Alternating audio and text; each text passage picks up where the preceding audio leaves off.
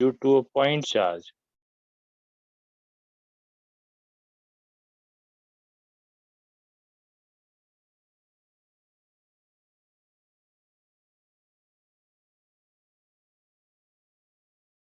अब electric field due to a point charge में मतलब देखो, इलेक्ट्रिक फील्ड जनरेट करने के बहुत सारे तरीके हो सकते हैं, ठीक है। तो सबसे शुरुआत का तरीका जिसको हमने डेफिनेशन के लिए भी डिस्कस किया था, वो था एक पॉइंट चार्ज कहीं पे भी रख दो, उसके चारों ओर फील्ड जनरेट हो जाएगा, ठीक। फिर अब एक और तरीका हमारे कोर्स में है, वो क्या है, वो है डायपोल का फील्ड, वो भी कोर्स में है ना। मान लो हमारे पास एक डायपोल है, तो उसके चारों ओर भी फील्ड बन जाता है। ये है दूसरा तरीका हमारे कोर्स में, है ना। तीसरा तरीका, ये सब डेरिवेशन है तरह तरह के जो कि हमको सीखने हैं। फिर इसके बाद नेक्स्ट तरीका है, एक चार्ज शीट हम ले लेते हैं, एक प्लेन शीट लेते हैं, उसको चार्ज कर देते हैं, उसके भी चारों ओर फील्ड बन जाएगा, है ना। फिर एक और तरीका, ये सब डेरिवेशन अपन को करने पड़ेंगे आगे जा जाके। दूसरा तरीका, एक और तरीका है, चार्ज एक वायर ले लेते हैं, तो उसके चारों ओर का फील्ड निकालते हैं। अभी हम स्टार्ट करेंगे ये, फिर इसी के बेसिस पे इसको करा जाएगा डायपोल का, फिर इसके लिए थोड़ी एक दो थ्योरम बताई जाएंगी तब ये आए, ठीक है। तो स्टार्ट करते हैं। Electric field due to a point charge से, किसी एक पॉइंट चार्ज से कुछ दूरी पे, है ना, कितनी दूरी पे, मान लो कि r दूरी पे को निकालना है इलेक्ट्रिक फील्ड, तो कितना होगा, ठीक। तो सपोज, अब वो लिखने की बहुत जरूरत नहीं है वैसे, we have charge q plus q ले लेते हैं एट अ पॉइंट ए। मान लो हमने एक पॉइंट ए रखा, यहाँ पे हमने प्लस क्यू चार्ज रखा। अब इससे थोड़ी दूरी पे हमको यहाँ पे बी पे फील्ड निकालना है, इसकी दूरी कितनी है, आर है, ठीक। तो अब हम लोग क्या करते हैं, हम इसमें और लिखेंगे, we have to find electric field at B, ठीक, due to plus Q. A B की वैल्यू दे रखी है आर, ठीक। यहाँ तक आ गए। फिर इसके बाद आता है, अब हम इलेक्ट्रिक फील्ड को डिफाइन कैसे किए थे, है ना। इलेक्ट्रिक फील्ड की जो डेफिनेशन थी हमारी, वो ये थी कि force acting on a unit positive charge, ठीक है। तो force acting on a unit positive charge मतलब यूनिट पॉजिटिव चार्ज नहीं है तो हम वहाँ पर टेस्ट चार्ज रख देंगे, और फिर उसका डिवाइड करके हमने एक फॉर्मूला देखा था कल ई का, वो क्या था, फोर्स पर यूनिट चार्ज, जो भी चार्ज रखोगे उससे उसको डिवाइड कर देंगे, ठीक है। तो इस तरह से अब हम उसी फॉर्मूले को यूज करेंगे। अब हम क्या करेंगे, यहाँ पे कोई भी टेस्ट चार्ज रख देंगे, तो we place test charge plus Q zero, अब जीरो ही रख देते हैं, बुक उसमें सब में जीरो किया है तो अपन भी जीरो रख देते हैं, ठीक। एट बी, जहाँ पे भी निकालना है वहां पे क्यू जीरो चार्ज रख देंगे। अब इसके ऊपर कितना फोर्स लगेगा क्यू जीरो के ऊपर, तो वो फोर्स कैसे निकलेगा, ठीक है। उस फोर्स को निकालने के लिए हमारे पास एक बेसिक लॉ है ना, वो कोई बताएगा, गेस करेगा। देखो यहाँ पे एक चार्ज प्लस क्यू है, यहाँ पे एक प्लस क्यू जीरो है। Coulomb's law. हाँ बेटे, कूलम्ब्स लॉ, एकदम सही बताया है ना। तो कूलम्ब्स लॉ सबसे बेसिक लॉ हमको ये बताएगा कि यहाँ पे कितना फोर्स है, ठीक। तो फोर्स ऑन क्यू जीरो, तो हम लिखेंगे F is equal force on Q zero by कौन सा लॉ। ना सब लिखने की जरूरत कभी नहीं पड़ती है बेटे, तो समझाने के लिए लिख रहे हैं, थोड़ा तुमको क्लैरिटी अच्छी हो जाएगी बाद में। तो बहुत शॉर्ट में इसको फटाफट कर देते हैं और लोग, है ना। तो कैसे निकाला, बाई कूलम्ब्स लॉ होता है। अगर एयर चल रहा है तो वही लिखेंगे, दूसरा मीडियम होगा तो वो भी।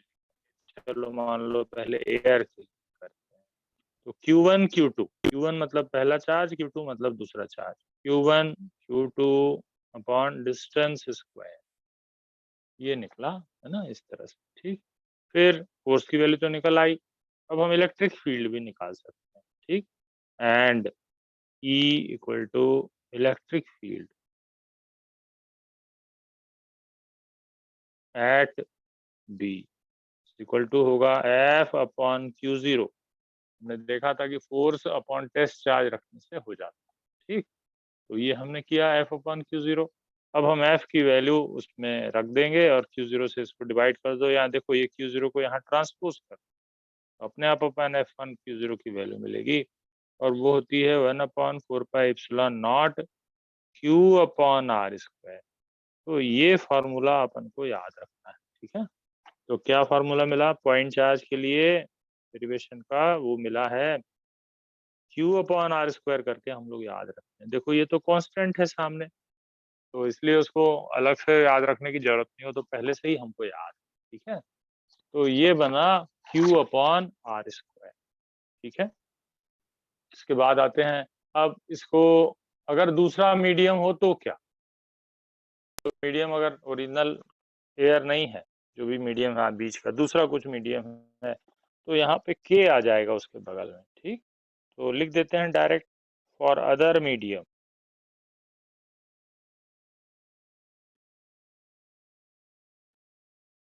ये हो जाएगी 1/4πε0 K into Q upon R square. ये बना E का फॉर्मूला। ठीक, तो इस तरह से ये जनरल फॉर्मूला हो गया। K को 1 कर दोगे तो एयर वाला मिल जाएगा, यहाँ वैक्यूम वाला मिल जाएगा, इस तरह से। ठीक है, तो आपको इसमें 2-3 इन्फ्रेंसेस भी निकलते हैं, वो भी देख लेते हैं हम लोग। सबसे पहला इन्फ्रेंस क्या निकलता है कि R को जब बढ़ाएंगे तो E बढ़ेगा कि घटेगा। पहला इन्फ्रेंस आपको इससे समझना है ना। तो मैं आगे बढ़ने के पहले इसको रिपीट कर रहा हूँ, जरा ध्यान से समझना बेटा। ये बहुत इंपॉर्टेंट कॉन्सेप्ट है और बहुत सरल भी है ना। अपन इसको देखते हैं। हमको क्या निकालना था? किसी पॉइंट चार्ज के कारण उससे कुछ दूरी पे इलेक्ट्रिक फील्ड निकालना था। तो जहां पे भी इलेक्ट्रिक फील्ड निकालना था, हमने एक प्लस Q0 चार्ज वहां पे रख दिया। ठीक, अब ये दो चार्ज अगल बगल में हो गए, इनके लिए हमारे पास एक सिचुएशन है, वो है फॉर्मूला है, that is known as Coulomb's law. उसकी हेल्प से हमने Q0 पे फोर्स निकाल लिया। ठीक, तो फोर्स निकल आया F equal to 1/4πε0 Q into Q0 upon R square. अब इलेक्ट्रिक फील्ड जो होता है वो फोर्स पर यूनिट चार्ज होता है, तो F यहाँ पे लिखा हुआ है, Q0 यहाँ पे ले आओ, तो F upon Q0 is equal to हो जाएगा 1/4πε0 capital Q upon R square. बस ये आ गया, ये बहुत इजी था ये, है ना। तो अब इसके लिए दूसरा मीडियम हो तो ये भी ध्यान रखना है अपन को कि ये जनरली फॉर्मूला, जनरली ये लिख देते हैं, कई बार लास्ट में फिर जरूरत पड़े तो ये भी बनना चाहिए। ठीक, यहाँ तक आ गए। अब इसमें से कुछ इन्फ्रेंसेस निकलेंगे इस फॉर्मूले के, इम्पोर्टेंट इन्फ्रेंसेस, है ना, वो देख लेते हैं हम लोग कि वो क्या है। ठीक, सबसे पहले तो फॉर्मूला लिख रहे हैं, F is equal to 1/4πε0 K into Q upon R square. ठीक, ये है जनरल फॉर्मूला किसी भी मीडियम के लिए इलेक्ट्रिक फील्ड, है ना, at R distance from charge Q के लिए। तो ये हमने इस फॉर्मूले को पहले तो याद कर लेना है अच्छे से। ठीक, इसी का वेक्टर वर्जन अगर लगाना हो तो यहाँ पे हम यहाँ वेक्टर लिख देते हैं, electric field is vector quantity, और साथ में यहाँ पे R कैप लिख देते हैं, है ना। बस इतना सा ही अंतर है। तो ये भी आपको समझ में आना चाहिए कि वेक्टर वर्जन का फॉर्मूला, बस क्वेश्चन तो बहुत नहीं आते, बिल्कुल भी नहीं आते, पर वो फॉर्मूला तो बनना चाहिए। ठीक, यहाँ पे आ गए। फिर लिखता जा रहा हूँ मैं, पहले तो हमने क्या लिख लिया, वेक्टर वर्जन ऑफ फॉर्मूला। ठीक, वो बहुत सरल है, बस आर कैप लगाना है उधर, इधर ई के ऊपर वेक्टर का साइन लगाना।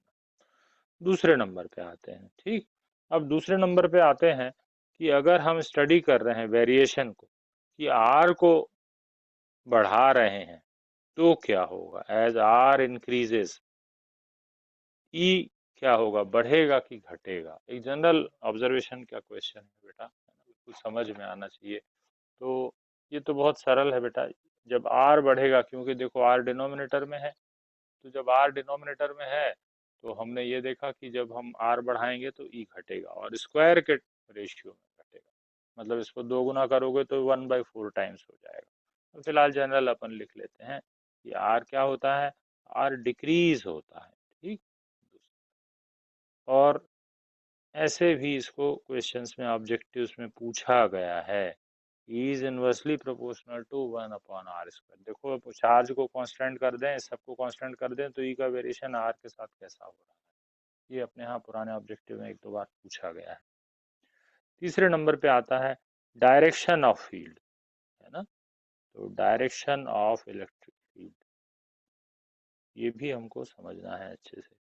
तो डायरेक्शन ऑफ इलेक्ट्रिक फील्ड हमने पहले भी डिस्कस किया था, और बहुत इंपॉर्टेंट, बहुत इग्नोर्ड टॉपिक है, बहुत सारे इग्नोर करते हैं बच्चे इसको और टीचर्स भी, है ना। तो वो समझते हैं। सबसे पहले अगर प्लस क्यू चार्ज रखा है, तो इससे थोड़ी दूरी पे यहाँ पे इलेक्ट्रिक फील्ड का डायरेक्शन कैसा होगा, है ना। ये मैंने कल भी बताया था, जहाँ पे भी फील्ड निकालना हो वहाँ पे प्लस चार्ज इमेजिन करते हैं, और फिर उसके ऊपर फोर्स कैसा होगा, वही फील्ड का डायरेक्शन होगा, ठीक। तो यहाँ पे फील्ड का डायरेक्शन इधर होगा। अगर यहाँ पे माइनस क्यू चार्ज है और इससे थोड़ी दूरी पे फील्ड चाहिए हमको, मान लो इस बी पॉइंट पे, तो यहाँ पे क्योंकि ये माइनस चार्ज है और जहाँ पे फील्ड निकालना है वहाँ प्लस चार्ज हम इमेजिन करते हैं, तो ये माइनस हुआ, ये प्लस हुआ, और इसके ऊपर जो फोर्स लगेगा वो इस ओर होगा अट्रैक्शन का, तो इलेक्ट्रिक फील्ड का डायरेक्शन वही होगा जो फोर्स का होगा। तो हम देख रहे हैं कि प्लस चार्ज से थोड़ी दूरी पे जो फील्ड है वो अवे फ्रॉम द चार्ज हो रहा है, और नेगेटिव चार्ज से थोड़ी दूरी पे जो फील्ड है वो टुवर्ड्स द चार्ज हो रहा है। तो इलेक्ट्रिक फील्ड का ये डायरेक्शन भी हमने देख लिया। अब हम लोग क्या करते हैं, एक दो छोटे छोटे क्वेश्चन देख लेते हैं, फिर आगे बढ़ते हैं, ठीक। तो सबसे पहले एक क्वेश्चन है, बहुत सरल है वो, है ना। What will be the intensity of electric field, लिख देता हूँ, अब आप इसको ट्राई करेंगे, सब लोग बनना चाहिए, बहुत सरल है बेटा, है ना। What will be the intensity of electric field at a distance of 3 meter from 6 microcoulomb charge? What will be the, अब शॉर्ट में लिख देता हूँ, E at a distance of 3 meter, ठीक, from 6 microcoulomb charge। बहुत इजी, बिल्कुल basic question है। अब हमने क्या करा, 6 माइक्रोकूलम चार्ज ले लिया, ठीक। इससे थोड़ी दूरी पे, कितनी दूरी पे निकालना है, 3 मीटर की दूरी पे हमको फील्ड निकालना है। निकालो बेटा आंसर जल्दी से बताओ, तो फिर आगे बढ़े अपन लोग, है ना। सर 6 बहुत into 10 raised to 3 Newton per coulomb। सही है ना। तो इसका आंसर है E is equal to 6 × 10⁻³ newton पर कूलम, ये इसका आंसर है। मैं बता देता हूँ, तब तक 2 मिनट ट्राई करो, तब तक मैं एक दो और क्वेश्चन निकाल रहा हूँ, है ना। ट्राई करो, मैं इसको समझाता हूँ ये आया कैसे, ठीक। फिर उसके बाद अपन आगे बढ़ेंगे, ठीक है। तो देखो ये क्वेश्चन कैसे किया, सबसे पहले इस फॉर्मूले को देखो। अब उन्होंने मीडियम बताया नहीं, जनरली जब नहीं बोलते हैं तो हम एयर मान लेते हैं, है ना, या तो मेंशन करेंगे, वो अच्छे वाले रहेंगे क्वेश्चन तो मेंशन करते हैं। तो एयर के लिए हम यहाँ पे के को 1 कर देते हैं, तो हमारे पास ई का फॉर्मूला बन गया एयर वाला, 1/4πε0 Q/r², ये बन गया फॉर्मूला सबसे पहले, ठीक। अब इसमें इस कांस्टेंट की वैल्यू आपको याद होनी चाहिए, वो भी लिख सकते हैं डायरेक्ट, है ना।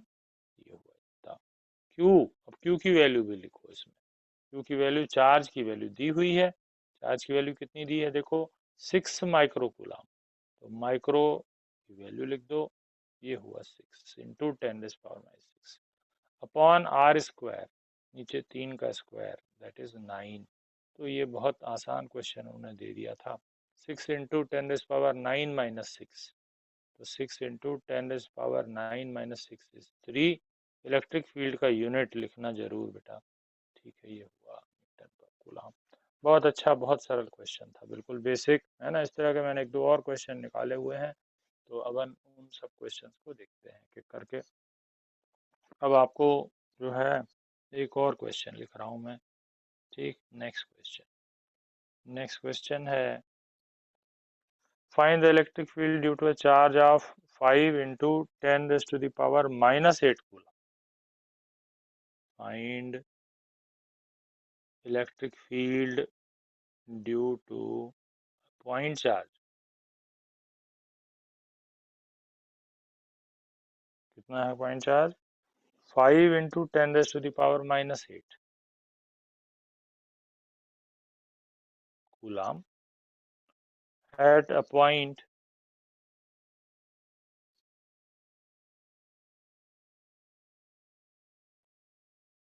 50 centimeter from it in vacuum। अब इन्होंने बता दिया है ये वैक्यूम में है ना, तो वैक्यूम और एयर एक ही बात है।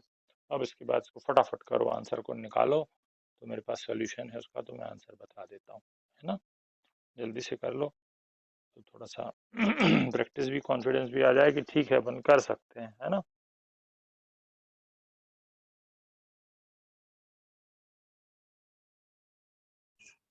सर 0.18 न्यूटन पर कूलम। इसमें 1.8 तो नहीं आ रहा है बेटा, इसमें 1.8 तो नहीं दिया। इसका आंसर दिया है 1800 न्यूटन पर कूलम। चेक करो, ये आंसर दिया है इलेक्ट्रिक फील्ड का। और कोई भी ट्राई करें बेटा, सब लोग ट्राई करें थोड़ा थोड़ा क्वेश्चन।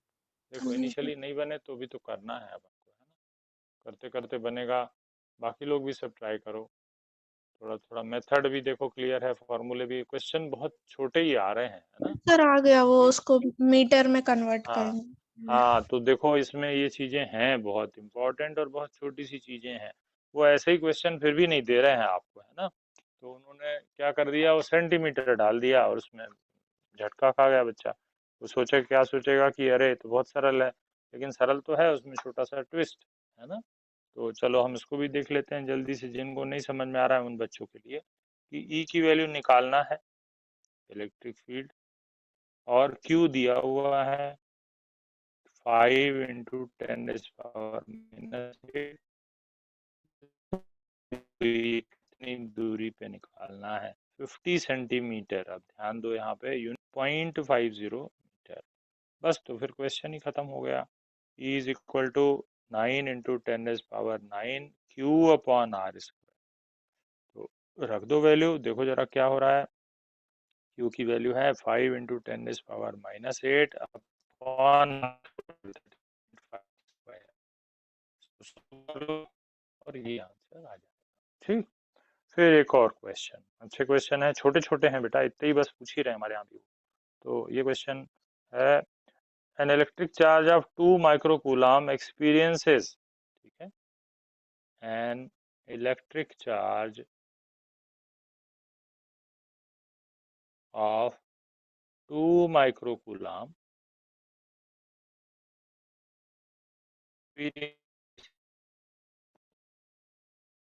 an electric force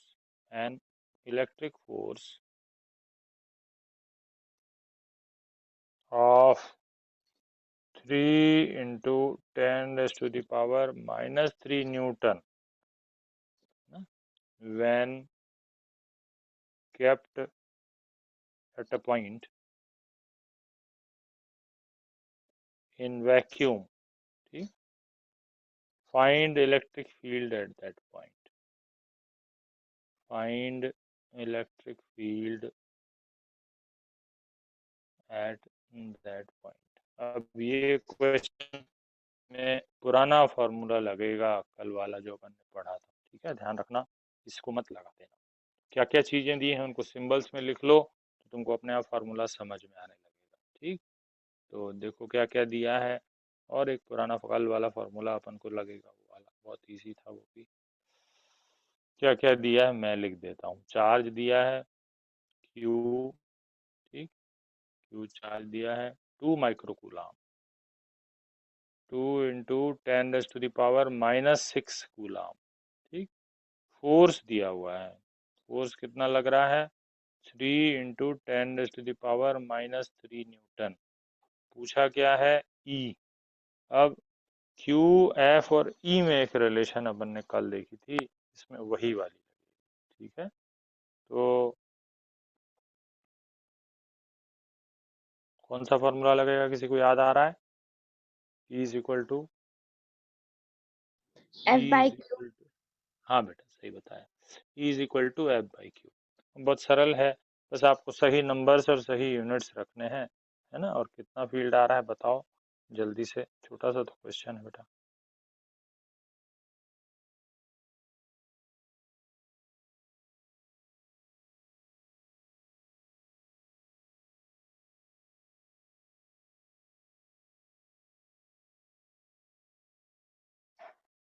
नहीं, कोई भी नहीं।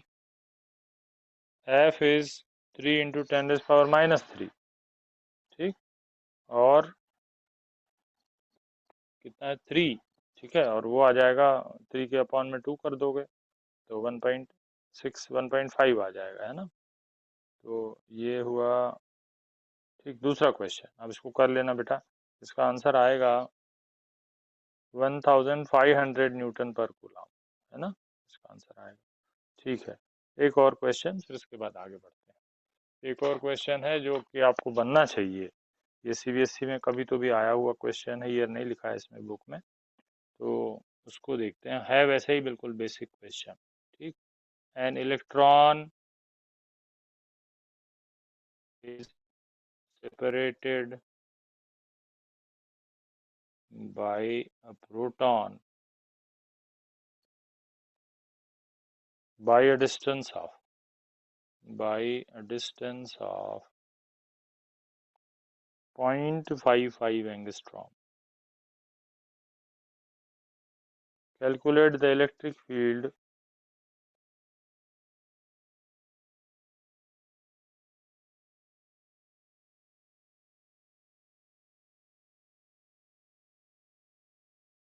at the location of electron. बहुत इजी क्वेश्चन है, उन्होंने घुमा फिरा के खूब सारा लिख दिया जबकि इसका कोई महत्व नहीं है ना। देखो, दो चीजें दूर दूर पे रखी हैं, एक इलेक्ट्रॉन और एक प्रोटॉन। कितनी दूरी पे रखे हैं? 0.55 एंगस्ट्रॉम पे रखे हैं, है ना।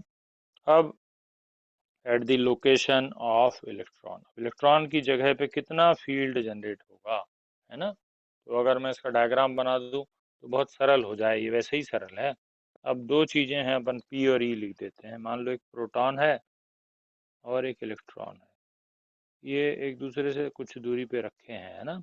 वो आर है मान लो, अभी हम उसकी वैल्यू लिख देते हैं, ठीक। इलेक्ट्रॉन की जगह पे यहाँ पे फील्ड निकालना है, इस प्रोटॉन के कारण यहाँ पे कितना फील्ड होगा। तो उसका फॉर्मूला होगा वही प्रोटॉन का चार्ज अपॉन आर स्क्वायर, है ना, ये वाला फॉर्मूला लगेगा। तो ई होगा 1/4πε0 क्यू अपॉन आर स्क्वायर। अब यहाँ पे क्यू की वैल्यू कितनी है? क्यू चार्ज प्रोटॉन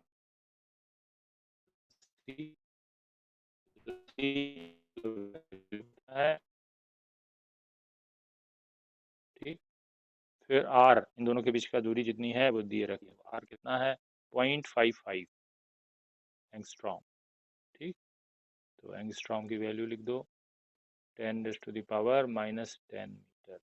अब इसके बाद इसको सॉल्व कर लो, है ना। इसको सॉल्व कर लेना, आंसर मैं बता रहा हूँ मिला लेना। तो आंसर दिया है इसमें बुक में 10⁻11 न्यूटन पर कूलम, ठीक। ये है इसका आंसर। ये सीबीएसई में कभी ना कभी तो भी आया हुआ क्वेश्चन है ना, ठीक। अब इसके बाद आता है एक और क्वेश्चन, सीबीएसई में 2-3 बार आया है, उसको करते हैं हम लोग, तो थोड़ा सा अपन को और कॉन्फिडेंस आएगा, फिर अपन आगे बढ़ेंगे, है ना। तो ये 2003 2005 इस तरह से 2-3 सालों में लगातार एक क्वेश्चन आया है, उसको देखते हैं। अब इसमें एक नई चीज भी डिस्कस हो जाएगी साथ साथ में, है ना, वो भी बहुत जरूरी है, इसीलिए उन्होंने शायद क्वेश्चन दिया होगा कि आगे का डेरिवेशन हमको मदद करेगा, ठीक है। तो वो क्वेश्चन क्या है? वो क्वेश्चन है, दो पॉइंट चार्जेस हैं, है ना। अब वो कुछ दूरी पे हैं, ठीक।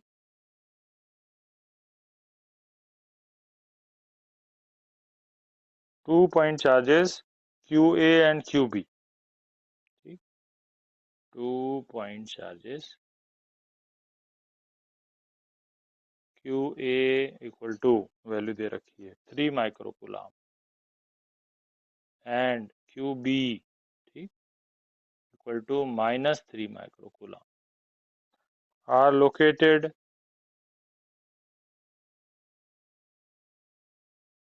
कितने सेंटीमीटर की दूरी पे आ रहे हैं? 20 सेंटीमीटर अपार्ट, ठीक, in vacuum. Find the electric field at mid point of line A B. Find the electric field at the mid point. थोड़ा सा डिफिकल्ट क्वेश्चन है ना, of line A B. A मतलब एक चार्ज जहां रखा है, बी मतलब दूसरा चार्ज जहां रखा है, ठीक। अब मैं इसका डायग्राम बना देता हूँ, तो आप ध्यान से समझेंगे। अब कहाँ पे निकालना है आपको समझ में भी आ जाएगा, ठीक। अब अपन ट्राई करेंगे, उसको थोड़ा हिंट भी दे देता हूँ मैं। ए और बी दो पॉइंट है, यहाँ पे रखा है क्यू ए, उसकी वैल्यू दी हुई है। बी पे रखा है क्यू बी, उसकी वैल्यू भी दी है। ये वैक्यूम है, ये भी दे दिया है। इसके मिड पॉइंट पे यहाँ पे इलेक्ट्रिक फील्ड निकालना है, ठीक। अब ये कैसे निकलेगा? यहाँ पे देखो दो फील्ड लगेंगे, है ना, क्योंकि ये है +3 माइक्रोकूलम चार्ज यहाँ पे, और यहाँ पे है -3 माइक्रोकूलम चार्ज।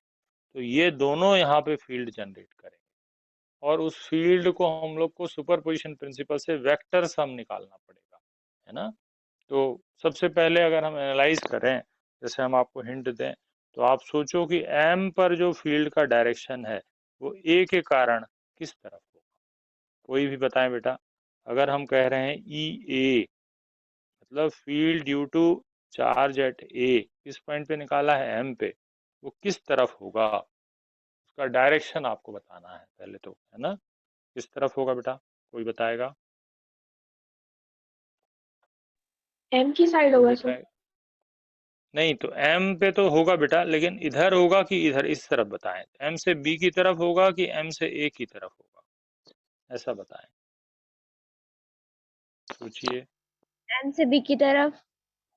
एम से बी की तरफ, सही बताया। एम बी की तरफ क्यों होगा बेटा? देखिए, जहां पे भी आपको फील्ड निकालना हो, वहां पे हम लोग +1 कूलम चार्ज, एक टेस्ट चार्ज जैसा इमेजिन कर लेते हैं। तो ये प्लस है, ये भी प्लस है, तो ये इसको रिपेल करेगा। तो जो प्लस चार्ज का टेस्ट चार्ज का डायरेक्शन होता है, मोशन का या फोर्स का, वही फील्ड का डायरेक्शन होता है। तो ई ए का डायरेक्शन हमको मिल गया, किस तरफ होगा? एम से बी की तरफ। सिमिलरली ये वाला पॉइंट भी जो चार्ज है, ये वाला भी यहाँ पे फील्ड जनरेट कर रहा है। अब इसका डायरेक्शन बताओ क्या होगा? तो उसको हम ई बी लिख देंगे, ठीक है, और इसकी वैल्यू निकालेंगे। बताओ बेटा कितना होगा, किस तरफ होगा? पहले तो ये बताइए, फिर अपन आगे। एम से बी की तरफ। वो भी एम से बी की तरफ, बिल्कुल सही है ना। देखो, अब यही इसमें मजेदार बात थी कि उन्होंने ऐसा कॉन्फ़िगरेशन बना दिया, एक डाइपोल बना दिया उन्होंने। देखो, ये +3 है, ये -3 है। So when two opposite equal and opposite charges are separated by a small distance, distance बहुत कम है, 20 सेंटीमीटर, है ना, थोड़ा इतना सा पास में है। तो अब वो जो है, वो एक डाइपोल बनाया। आप कह रहे हैं उसके बीच के मिड पॉइंट पे यहाँ पे फील्ड किस तरफ होगा? तो हमने कहा ठीक है, अलग अलग हम एनालाइज कर रहे हैं। इसका चार्ज, हमने इस चार्ज का फील्ड निकाला तो एम से बी की ओर, इस चार्ज का भी फील्ड निकाला तो एम से बी की ओर, दोनों का डायरेक्शन निकला है, ठीक। अब इनकी वैल्यूज निकालते हैं। ई ए कितना होगा? 1/4πε0 +3 माइक्रोकूलम। अब साइन के साथ मत लेना, ध्यान देना, साइन छोड़ देना, ठीक, क्योंकि डायरेक्शन हम ले ही रहे हैं। अब लेंगे 3 माइक्रोकूलम अपॉन डिस्टेंस। अब डिस्टेंस की वैल्यू मैं लिख देता हूँ am²। इसमें डायरेक्शन भी लिख देता हूँ मैं, ठीक है। डायरेक्शन लिख देता हूँ अलोंग एम बी, एम से बी की ओर होगा, ठीक। ए एम कितना है अभी अपन चेक करते हैं। सिमिलरली ई बी की वैल्यू भी निकालते हैं। ई बी मतलब बी वाले चार्ज का फोर्स, फिर से निकालेंगे 1/4πε0। अब ये वाला चार्ज, साइन छोड़ देना, ध्यान रखना, 3 माइक्रोकूलम, इसकी वैल्यू अभी रखते हैं। वैल्यू कितनी होगी? mb² अलोंग, ये भी होगा mb। ये दोनों सेम डायरेक्शन में आ गए, है ना। और am और mb दोनों बराबर होंगे, ये भी ध्यान दो। देखो, am और mb बराबर होंगे क्योंकि ये मिड पॉइंट है ना। तो हम इसको r का आधा लिख सकते हैं। अभी हम लोग इसको करेंगे। तो हमने तो देखा कि ये दोनों जो फील्ड हैं वो एक ही तरफ लग रहे हैं। जब एक ही तरफ लगेंगे दो वेक्टर, तो वो सीधे सीधे ऐड हो जाते हैं। उल्टे लगेंगे तो माइनस हो जाते हैं, है ना। वेक्टर एडिशन पुराना रिकॉल करें अगर हम, तो if two vectors are acting in the same direction, then सीधे सीधे सम करो। If two vectors are acting in opposite direction, then resultant क्या होगा, माइनस कर दो। अगर कुछ एंगल पे लगे हुए हैं तो उसको हम लोग एक केस बनाएंगे, अभी उसको देखेंगे। उसके लिए हमने फॉर्मूला डिराइव किया था लास्ट ईयर, वो भी लगा सकते हैं, और एक मेथड भी हम लोग सीखेंगे अभी, ठीक। तो पहले इसको पूरा करते हैं। Now you have two vectors acting in the same direction, so resultant will be simply some of both the vectors. तो पहले इनकी वैल्यू निकालो, फिर बाद में हम इनको सॉल्व कर लेंगे। ये की वैल्यू निकालते हैं, देखो ये की वैल्यू कितनी होगी, इसमें ए एम और एम बी की वैल्यू लगेगी, तो पहले उसको निकाल लेते हैं। A M equal to M B is equal to A B upon two, value कितनी है, ये रखी हुई है 20 centimetre, two is equal to 10 centimetre. अब सेंटीमीटर चलेगा नहीं, हम लिख लेंगे 0.1 मीटर। ये हुआ पहला पार्ट, ठीक। फिर और क्या, अब तो कोई भी निकालो। अब इसमें इसके बाद हम ये निकाल लेते हैं, E A equal to E B. पहले तो ये चेक करो क्या सही है, कितने लोगों को दिख रहा है ये और ई बी की वैल्यू सेम है बिल्कुल, है ना। क्योंकि देखो डिनोमिनेटर में ए एम आ रहा है, इसमें एम बी आ रहा है, और ए एम और एम बी तो दोनों सेम है। तो निकाल लेते हैं, E A equal to E B is equal to 1/4πε0, है ना। वैल्यू रखें 9 into 10⁻⁹, 3 microcoulomb, 3 into 10⁻⁻6 upon R A M का स्क्वायर, ए एम इज 0.1 का स्क्वायर। सॉल्व करो, 9 3 ज़ा 27 इंटू 10⁻⁹ नीचे आएगा 10⁻⁻2, ऊपर जाके हो जाएगा +2। सॉल्व करो, 27 इंटू 10⁻11 - 6, दैट इज 5 न्यूटन पर कूलम। एक निकला, इसका फील्ड निकल आया। अब उसका फील्ड भी इतना ही होगा, तो रिजल्टेंट फील्ड क्या होगा, रिजल्टेंट फील्ड होगा ई ए प्लस ई बी दोनों का सम। क्योंकि दोनों बराबर हैं तो सीधे सीधे हम उसका दुगुना कर सकते हैं, है ना। तो इसका दुगुना करेंगे तो कितना आएगा, ये आएगा 27 + 27, दैट इज 54 इंटू 10⁻5 न्यूटन पर कूलम, ठीक। इतना कड़ा न्यूमेरिकल आ नहीं रहा है बेटा अपने यहाँ पे, लेकिन इसका एक इम्पोर्टेंस है इस न्यूमेरिकल का, है ना। वो क्या है, वो इम्पोर्टेंस ये है कि इसमें एक जो आइडिया आ रहा है ये वाला, वो आगे हम एक डेरिवेशन में यूज करने वाले हैं, है ना। तो इसलिए इसकी इम्पोर्टेंस इतनी है कि हमने यहाँ पे देखा कि इलेक्ट्रिक फील्ड कैसे निकालते हैं और रिजल्टेंट फील्ड कैसे निकालते हैं, है ना। तो ये हुआ रिजल्टेंट फील्ड। अब मैं इसको पूरा एक बार ध्यान से समझा दे रहा हूँ। देखो बेटा, 2 3 चार्ज जितने भी चार्जेस हैं उनका फील्ड कैसे निकालते हैं। अब वो रिजल्टेंट फील्ड वेक्टर मेथड से निकाला जाता है, जिसको हमने सुपर पोजिशन प्रिंसिपल भी कहा था।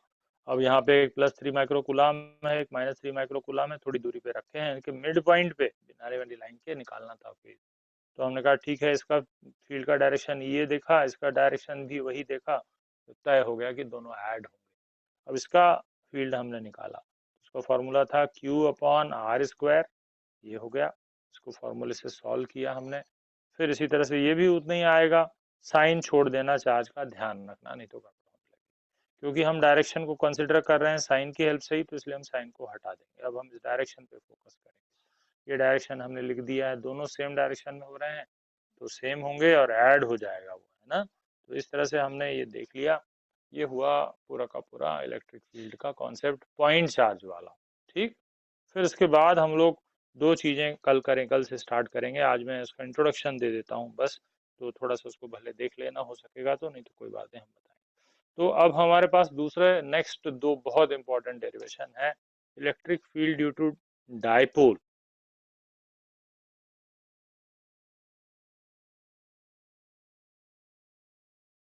एक डायपोल के कारण इलेक्ट्रिक फील्ड निकालेंगे, ठीक है। अब डायपोल का मतलब इस तरह से कॉन्फ़िगरेशन होता है जिसमें एक एंड पे प्लस और दूसरे एंड पे माइनस चार्ज बिल्कुल सेम सेम रखे रहते हैं। अब ये जो डायपोल है, इसका फील्ड अभी हमने सीखा, मैं जो कह रहा था वही चीज यहाँ पे यूज होने वाली है। इसका फील्ड यहाँ से कहीं इस तरफ निकालना रहेगा, कोई ऑब्जर्वेशन पॉइंट या तो इधर होगा या तो इधर होगा। जनरली बीच में नहीं लेते हैं। तो ये ऑब्जर्वेशन पॉइंट P है मान लो, इसकी दूरी इसके मिड पॉइंट से हमेशा नापी जाएगी। ठीक, इसके मिड पॉइंट से r दूरी पे रखा हुआ एक पॉइंट है, यहाँ पे फील्ड निकालना रहेगा, और इस सिचुएशन को एक्सियल पोजीशन कहा जाता है। ये डेरिवेशन है पूरा का पूरा, तो इसको कहा जाएगा एक्सियल पोजीशन, या एक और नाम है उसका एंड ऑन पोजीशन। एक डेरिवेशन होता है, ये सीधे 4 नंबर में रेगुलरली आता रहता है हर दूसरे साल में एमपी बोर्ड में, है ना, और सरल होता है। अब इसको करेंगे। फिर दूसरे नंबर पे एक और सिचुएशन आती है जिसको हम कोएक्सियल पोजीशन कहते हैं। अब ये डायपोल हमने लिया, plus Q charge minus Q charge. अब इसके यहाँ पे ऑब्जर्वेशन पॉइंट रहेगा, इसके मिड पॉइंट से ऊपर या नीचे, है ना, दूरी वही लेंगे, m से r की लेंगे। अब यहाँ पे फील्ड निकालना रहेगा, इसका नाम है कोएक्सियल पोजीशन। इस सिचुएशन का ब्रॉड साइड ऑन पोजीशन, ध्यान रखना कई बार वो नाम से दे देते हैं, ब्रॉड साइड ऑन पोजीशन। ठीक, तो ये ब्रॉड साइड ऑन पोजीशन का मतलब क्या हुआ कि एक्सियल लाइन को बाइसेक्ट करो परपेंडिकुलर बाइसेक्टर पे कहीं भी, या तो ऊपर की तरफ इधर या तो नीचे की तरफ इधर, दूरी वहीं से नापेंगे हर बार, मिड पॉइंट से ही वो दूरी r रहेगी, है ना। तो अगर तुम रिकॉल करो तो हम डायपोल को 2l लेते थे, तो ये इधर से लेकर यहाँ तक l हो जाएगा और यहाँ से लेकर ये l हो जाएगा। ठीक, तो ये l हुआ, इसके मिड पॉइंट से दूरी नापी ये r हुई। ये सब अपन कल करेंगे। ठीक है, तो दो सिचुएशन के दो डेरिवेशन बनते हैं, है ना। ज्यादातर में ये अक्सर आता था 4 नंबर में, या फिर अल्टरनेट ये 4 नंबर में, है ना, बहुत दूसरे तीसरे साल में आ ही जाते हैं। तो दोनों के डेरिवेशन करेंगे। जब when observation point is on axis of the dipole, then this situation is known as axial position or end on position. ठीक, when the observation point is on perpendicular bisector of the axis, then this situation is known as coaxial position or broadside on position. ठीक, ये derivation अपन कल करेंगे। तो चलो बेटा close कर रहे हैं, इतना ठीक है। ओके बेटा।